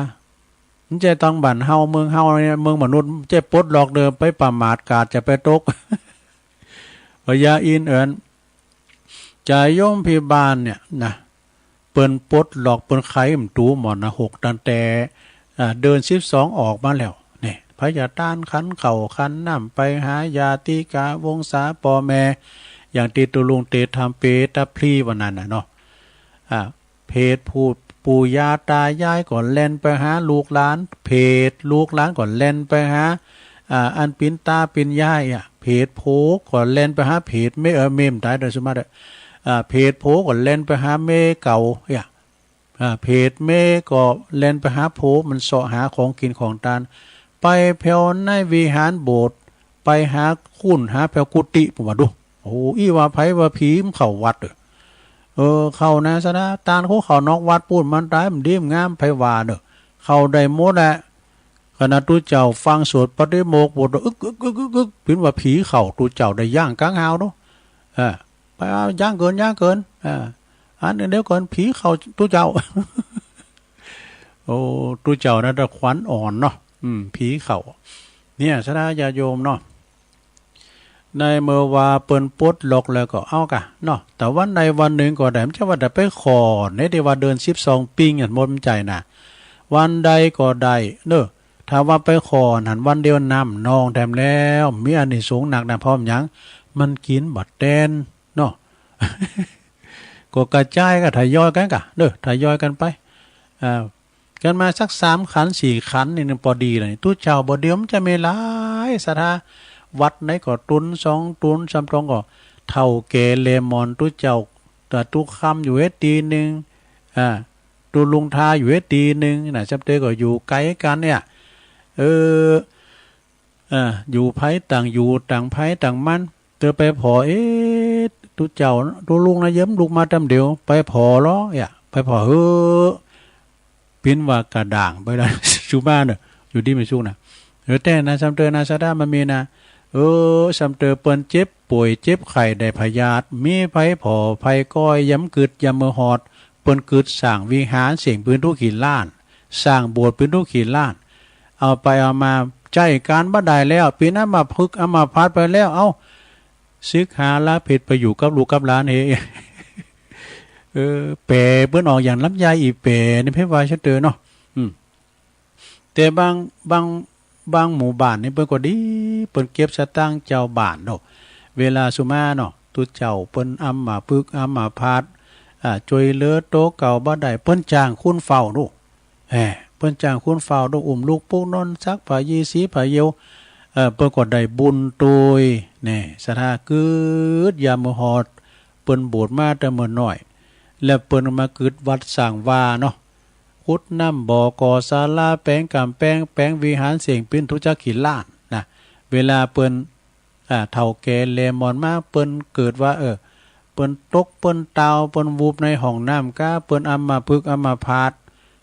ก็เอากะแล้วนี่ก็เป็นอัตติของเฮานี่เนาะคือยามมื้อฮอดเปิ้นคือเปิ้นสร้างนี่นะอัตติอื่นพูดมันจะบ้านเฮานี่หรอถึงไหนฉะนั้นจึงได้นำมาธรรมกรรมสอนมาฉลองศรัทธาจะได้ประดับสติปัญญาแก่บรรดาศรัทธาสาธุชนแล้วก็เจ้าภาพพอสมควรแก่เวลาสืบเนื่องมาจากว่าศรัทธาเฮาต่อขาทั้งหลายพร้อมกับญาติพี่น้องก็มานั่งแวดล้อมพร้อมหน้ากันเปิดทำบุญอุทิศแผ่กุศลน้ำบุญไปหาเนาะสมมติว่าอันนี้เปิ้นตายเนี่ยสมมติว่าปอตุลุงตายเนาะก็ว่าปอเปิ้นก็ขึ้นเปิ้นจะด่ามันก็เอาปอตัวเก่าเนี่ยเปิ้นถึงตายบ่ล่ะ เนาะสมมติว่าอีปอตายเนาะมรณะกรรมวายไปสู่ปรโลกไปหน้าฝูงหมู่อยู่เบื้องหลังเนาะก็คือตึงแสดงความกตัญญูกตเวทิตาธรรมแก่ตันจึงได้จัดให้มีการฟังเทศน์ฟังธรรมอันเป็นส่วนธรรมสวรรณมัยนะ บุญไปถึงจิตตะดวงวิญญาณของผู้ลงหลับดับขันไปแล้วนั้นนะก็จัดว่าเป็นการแสดงออกซึ่งความกตัญญูต่อผู้จากไปเนอะนะเป็นเครื่องหมายของคุณดีเจ้าภาพแล้วก็คุณงามความดีของผู้ที่ลงหลับดับขันไปนะคุณมันมีสองอย่างเนี่ยลงเนี่ยสมมติว่าคุณที่เปิ้นตายดีเนาะคือว่ายามเมื่อเปิ้นตายเปิ้นสร้างบุญสร้างกุศลบริจาคเตตันแปลงวัดแปลงว่ากันตายปุ๊บเป็นที่เสียดายเปิ้นได้เปิ้นกำลังเปิ้นกินเปิ้นทานก่อนคือยามมื้อฮอดเปิ้นเป็นเก้าเป็นกันเกิดวิหารหน่อยอันนี้เป็นคุณตั้งสายดีเนาะนะอันนี้เป็นนั่นตั้งสายบุญสมมติว่าอันคุณนั้นที่มันทำบดีเนาะไปจี่ไปป่นไปตบปอตีแม่ก้ามยังไงน่ะมีไผอินดูเนาะอันไปคุณอย่างนู้นเนาะสายบุญสายบาปแล้วสายดำสายขาว ถึงปรากฏแก่สายตาผู้ติบอยู่เบื้องหลังเนอะจะได้อนุโมทนาแล้วก็ยึดถือปิ้นเย่งอย่างอันดีอันงามสืบต่อไปตามนัยยะแห่งพุทธภาษิตที่ยกขึ้นไว้เบื้องต้นว่าสัพเพสัตตามลสันติมลิสันติมลนังตัมหิชีวิตตังความว่าสัตว์ทั้งหลายทั้งหมดต้องตายเนี่ย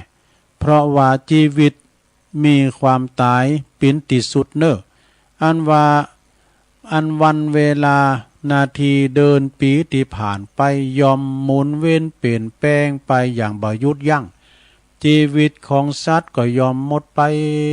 ไปเสริมสิ้นสุดโทรมไปตามกาลเวลาเนี่ยว่าเปิ้นว่าโตมนุษย์คุณเฮาเนี่ยทุกชาติทุกภาษาที่เกิดมาเนี่ยในโลกนี้ยอมตกอยู่ภายใต้อำนาจของพญามัจจุราชเนี่ยภายใต้ของชลาพยาธิมรณะอันนั้นมันก่อยคับเคินไหลเกินไปเกินกินแบบเงียบๆปนเรียกว่าภัยเงียบเนอะภัยเงียบในที่สุดก็แตกดับสูญสลายไปจะเป็นเด็กหรือว่าเป็นผู้ใหญ่เป็นภัยเป็นเศรษฐีผู้ดีผู้ให้ผลที่สุดถึงความตายก็ต้องตายบ่มีที่จะหลีกเลี่ยงได้เนี่ยเปิ้นว่าอันนี้เป็นบาลีเนี่ยอาเจนติกาละตรัญญติลัตติโยวาโยคุณาอนุปุพพังชนะชหันติเนี่ยอันนี้เป็นภาษาบาลีนะลงเด้อเปิ้นแปลความว่ากาลเวลายอมผ่านไปคืนวันยอมลงไปจันแห่งไว้นะยอมละดับไปนะเพราะชีวิตทุกชีวิตและเมื่อห่อเข่ามดห่อเข่าห่อมีลงเนาะเมื่อห่อเข่าห่อมดบุญหมดอายุหมดกรรมสิ้นบุญหรือว่าโลงกรรมนะหรือว่ากรรมมาตัดรอนนะก็คือว่าหมายความว่าตายนะนอนอยู่ห้องพยาบาลปินเดินปินปีก็ต้องยังต้องตายแม่พระพุทธเจ้าพระอรหันตเจ้าผู้ประเสริฐเลิศกว่ามนุษย์ทั้งหลายเมื่อถึงคราวสิ้นบุญแห่งชีวิตก็ต้องเข้าสู่ปรินิพพานเนอะศรัทธานับประสามยังกับคนสามัญชนคนธรรมดาอย่างเฮาต่างหลายเนี่ยนะตีเปะจุมไปโดยกิเลสตัณหาจักอยู่ข้ามฟ้าใดอย่างใดนะเพราะฉะนั้นหมู่เฮาเจ้าพุทธผู้ยึดลักเหตุผลเริ่มใสในศาสนาโดยปัญญาก็ได้โปรดพิจารณาด้วยความจริงว่าความตายเป็นธรรมชาติเป็นกฎธรรมชาตินะ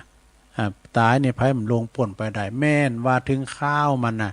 การบาดถึงข้าวเยอะจะได้มาถึงบาดตายขนาดว่าขาตกเก่ามันยังตายเตอนะมันถึงเวลาเนาะยังถึงเวลาเตอแ แต่ถ้าถึงเวลานะกอดข้อพระเจ้าอยู่ในวิหารก็ยังต้องตายอยู่ดีอ่ะซะนะเมื่อบอกถึงเขาตายก็ถึงบอกว่าจีวาแวบลดบดหนีบจุนเปรบก็อย่าว่ามันปิ้นสังวะการว่าถึงเขาตายก็ต้องตายว่าจีวังตอเฟิงตังถูกติ้นก็มาดินตาย หูจักตอเฟิงอ่ะลงตอเฟิงอ่ะนะเฮาเป็นโหวมก่อนอ่ะมีเกิดขึ้นมีตั้งอยู่แล้วก็ดับไปอันนี้แหละคือสังขารกว่างศอกยาววานะคืบนี่เนาะการลุ่มหายตายจากพลักหน้าจากกันไป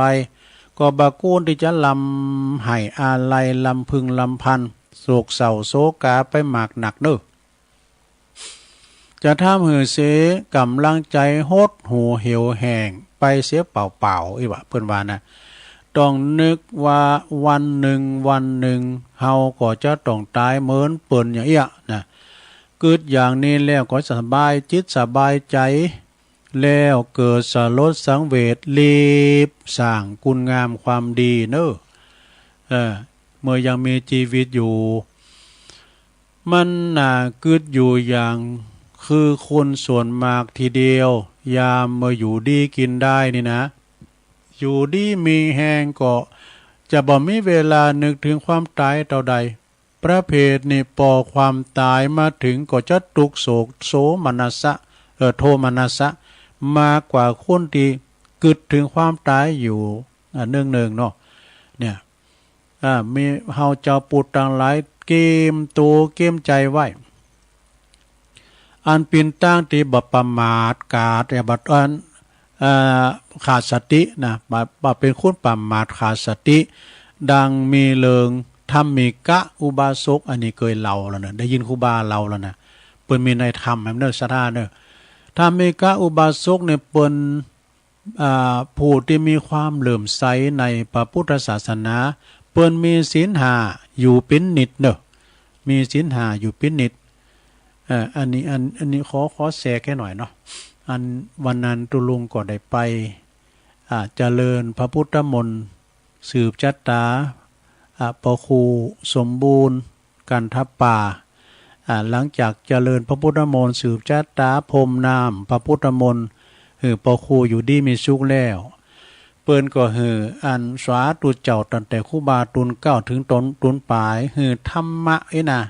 ปัญโจกใจปครู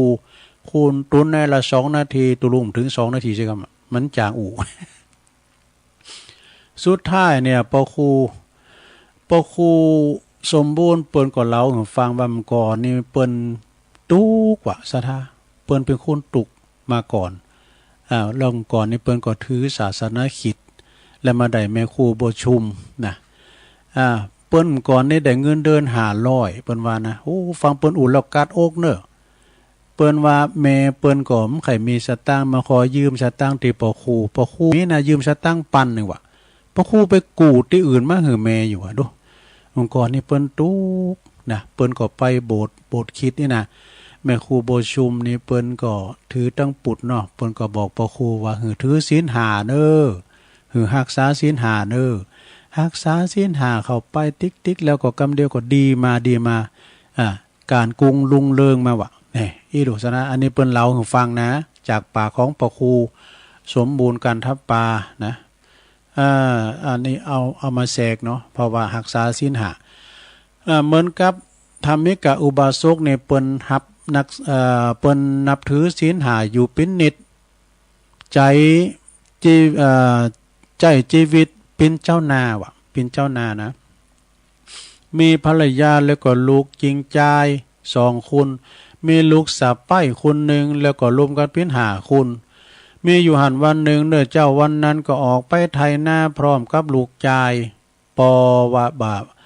บ่เมินสักเท่าใดนะก็ได้ยินเสียงลูกห้องครวญคลางว่ะ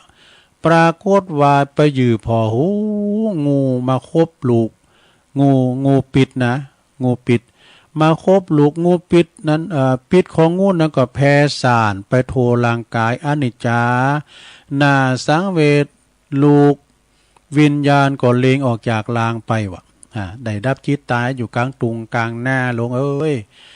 โดยอานิสงส์ในการเปิ้นรักษาศีลห้าตลอดชีวิตนะระลึกนึกถึงมรณสติเป็นประจำก็ได้เอาจิตตะดวงวิญญาณไปบังเกิดเป็นพระอินทร์อยู่บนสวรรค์บ่ดูลูกเปิ้นนะไปบังเกิดอยู่บนสวรรค์จันเมืองสวรรค์พุ่นน่ะอุบาสกผู้เป็นปอพ่อลูกตั้งแต่เท้าถึงตีนโยไปไหวมันได้ว่าสุมาเนี่ยกูบ่รู้กะ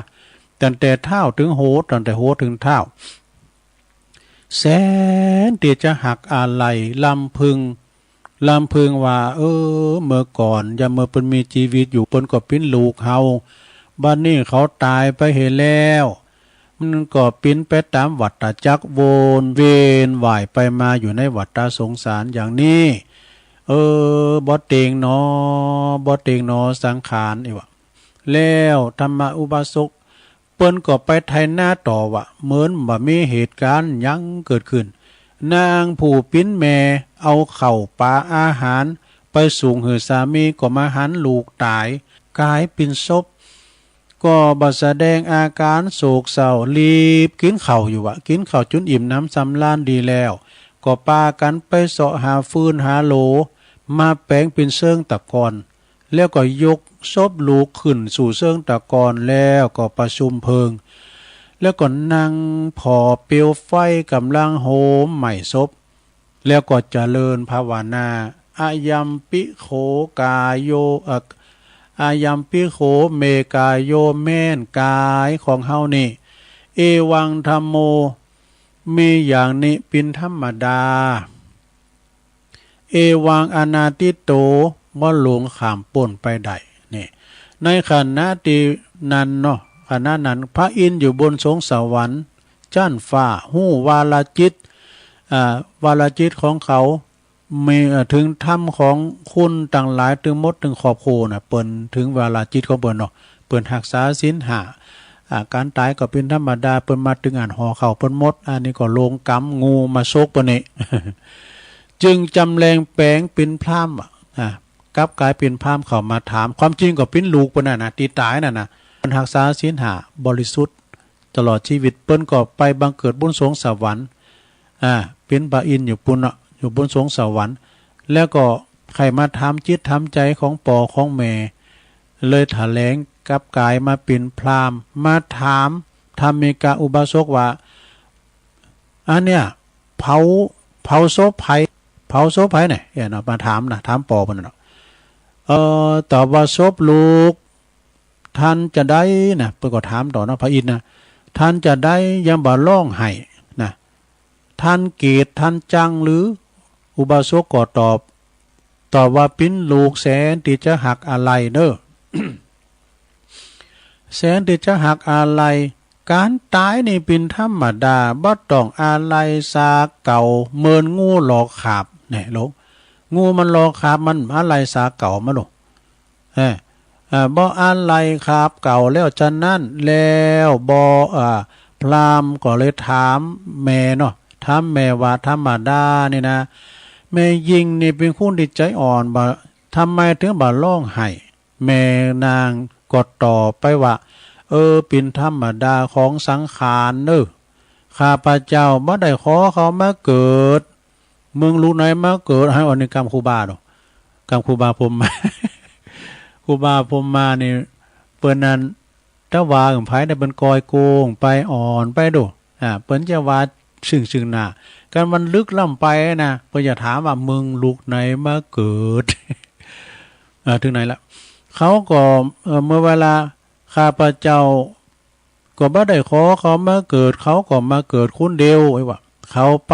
ก็ไปคนเดียวจะร้องไห้หือเขากลับมาคืนมา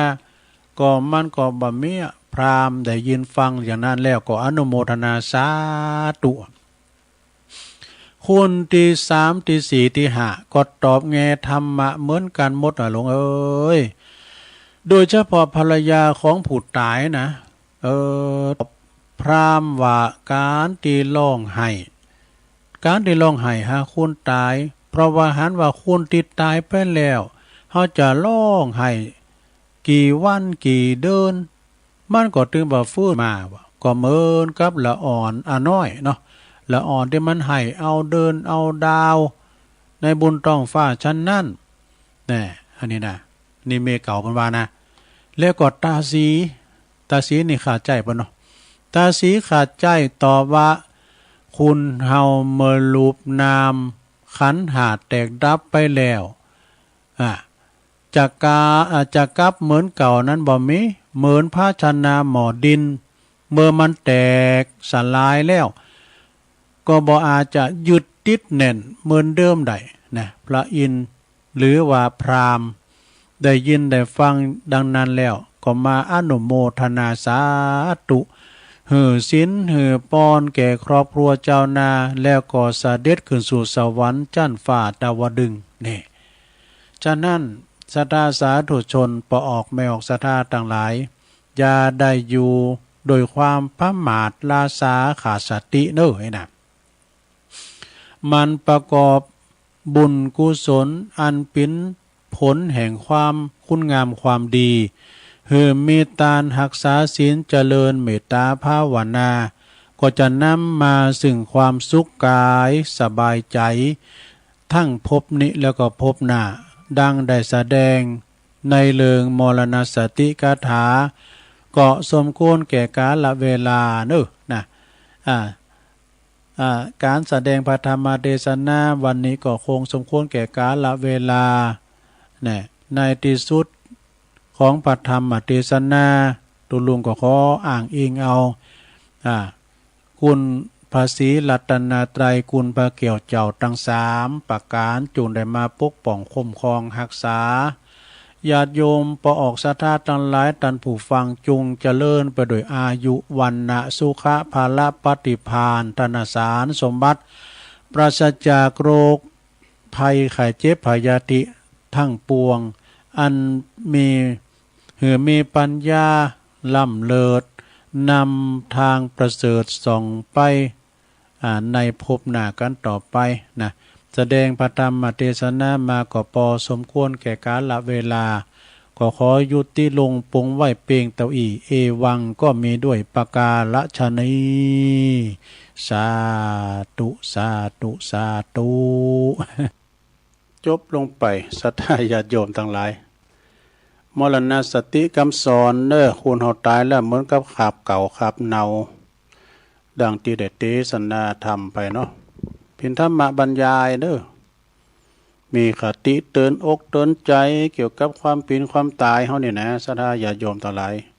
เอาปอนทำไม่เกินเนาะปอนทำไว้ก่อนเมื่อแรงวันนี้นะต่างอกต่างใจหาปอนเหมือนกันเนาะสัพพิติโยวิวัจจันตุสัพพะโลโกวินาศตุมาเตภวัตวันตรายโยสุขีติขายุโกภวะอภิวาทานาสีลิสานิจังวุธาปัจจายโนจัตตาโลธรรมาวัฏันติอายุวันโนสุขังปะลังเอาแล้วจบลงไปศรัทธาวันพุกเจ้าตุลุงก็เสาะมาแถมสรรหามาแถมเนาะเก่าพองใหม่พองสูนานกันไปก็ถาฟังถาฟังกันเนาะตอนนี้ไปก็ขอประกาศข่าวสารงานบุญข่าวมรณกรรมแห่งกรรมหนึ่งกันโดยว่าประโลงอาคมเตจนา เปิ้นต่างลักปักฐานอยู่ที่บ้านตุงท่อพุ่นเป็นมัคคณายกเป็นปุจจานวัดโดยเปิ้นได้ซึ่งถึงแก่เสียชีวิตไปมรณกรรมไปแล้วก็เปิ้นจะเคินศพเข้าสู่สุสานปัจจาในวันที่30วันที่30เนี่ยก็เปิ้นก็จะได้ประชุมเพลิงหรือว่าส่งสการต้านขาบในโอกาสที่ว่าประโลงอันอาคมเตจนาลงนานเนาะนี่นะเปิ้นอายุเปิ้น70ปลายเนาะแต่ปลายตอนใดบ่ฮู้นี่เปิ้นก็มีคุณูปการกับสถานีวิทยุเปิ้นเป็นนักจัดรายการรุ่นอาวุโสรุ่นบุกเบิกกำลังเป็นนักจัดรายการในตำนานเหมือนกันตั้งที่ดูแลสถานีตั้งแต่อยู่บุญวัดพระธาตุดอยน้อยไปละแม่ขายใหญ่นะเปิ้นก็ขับรถขึ้นมาถึงวันกูเจ้ากูแรงปิกปอเดึกปอเดินเอ เอาใจใส่ดูแลเป็นอย่างดีประเดี๋ยวนี้เปิ้นก็ได้เสียแก่ชีวิตไปนะโดยที่ว่าทางคณะพานักจัดรายการที่เปิ้นหูจักมาคุณเพราะว่าเปิ้นเคยคุมเคิงเสียงเนาะเคิงแล้วก็เปิ้นอยู่เบื้องหลังในความสำเร็จของตุเจ้าเอกจะไปปิ้นเจ้าภาพเนอโดยเมตตาธรรมอาจารย์พระครูอภิวัฒนวิกรมประธานคืนสีขาวเนี่ยเปิ้นก็ขอความลมไม้ลมมือเนาะศรัทธาดังครูบาอาจารย์ไปโลมปิ้นเจ้าภาพไปแสดงความอาลัยแล้วก็กำลังใจสำหรับผู้ที่ยังอยู่นะวันพุกนี่เนอะเช้าเก่านี่ก็เวลา15 นาฬิกาเนาะไปจุกันเนอะที่วัดเตียนบ้านของปลงนานเนาะที่บ้านโซปุนะฉะนั้นก็ไผจะมีผาดไตปัจจัยไปหอมก็แล้วแต่เนอะแล้วแต่ครูบาอาจารย์ที่จะไปให้ไปหอมกันเนาะเปิ่นจะเขินศพกันวันที่30เนอะคณะครูบาอาจารย์ที่หูจักมาคุ้นตลอดถึงศรัทธาญาติโยมทั่วไปเนาะคืนสีขาวก็ดีไปลมแสดงความอาลัยโดยการเนอะตีบ้านตุงท่อพุ่นนะโดยอาจารย์พระครูอภิวัฒนวิกรมประธานเฮาก็ฝากประกาศมาโดยนะไปลงการแสดงความอาลัยเนอะแล้วทำงานหนึ่งเนอะศรัทธาญาติโยมทั้งหลายอันนี้ข่าวมรณภาพเนอะของพระลูกวัดคือผลจะเป็นตุหลวงเจ้าอาวาสนะโดยเหตุว่าหลวงพ่อเฟือนะตุลุงเฟือเขานี่นะเปิ้นอยู่ที่วัดดุงวัดอันตุนพึ่งสุมานะวัดตุนพึ่งตำบลน้องหล่องอำเภอเวียงน้องหล่องตุลุงเฟือนี่เปิ้นก่อเดิมเปิ้นก่ออยู่ปุ้นบันแพะไต่พุ่นนะเปิ้นมาโบสถ์ย่ามเมื่อเปิ้นมีอายุได้หลายปีเปิ้นอายุได้อยู่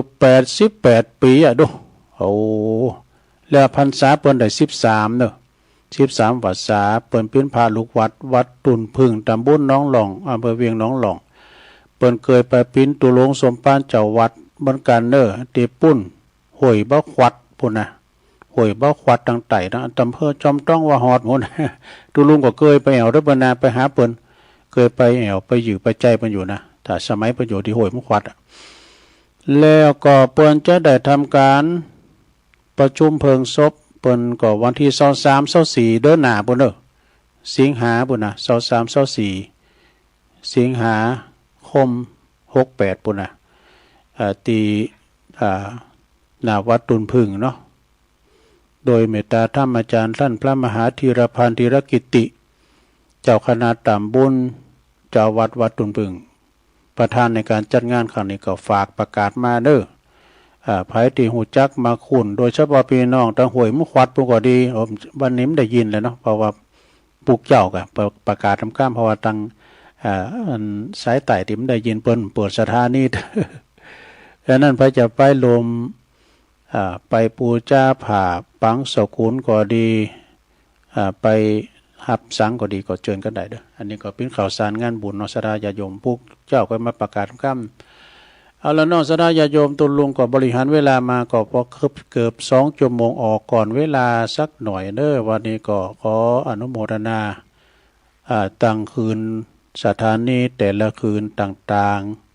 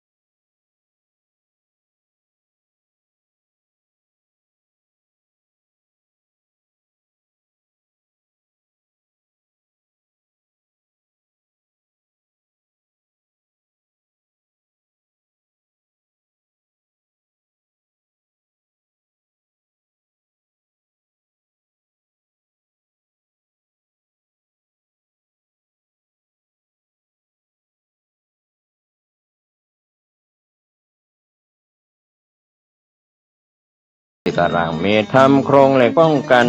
นกรอบวิหารราดพื้นเททรายล้างหน้าวิหารราวบันไดเหล็กสแตนเลสทาสีรอบวิหารเปลี่ยนระบบไฟฟ้าปรับปรุงทัศนียภาพวิหารบูรณะปฏิสังขรณ์ถาวรวัตถุภายในวัดทอดถวายณวัดดอนตันตำบลเหมืองแก้วอำเภอแม่ริมจังหวัดเชียงใหม่ตรงกับวันเสาร์ที่1พฤศจิกายนพุทธศักราช2568ช่วงเช้า 9:39 นาทีเป็นต้นไปก็ขอเชิญชวนศรัทธานักศีลนักบุญทั้งหลายร่วมงาน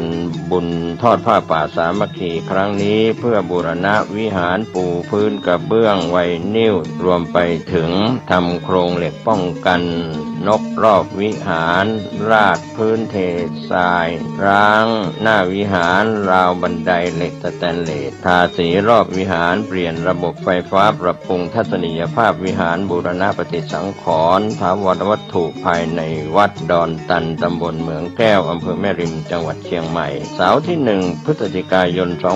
2568นี้เชิญท่านร่วมงานร่วมบุญร่วมบริจาคได้บุญได้กุศลโดยทั่วหน้ากัน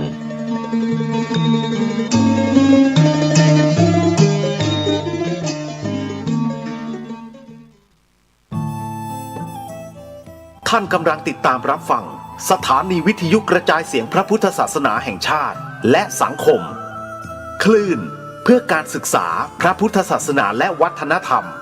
ระบบ FM 104.5 เมกะเฮิรตซ์รายการต่อไปเป็นรายการคดีโลกคดีธรรม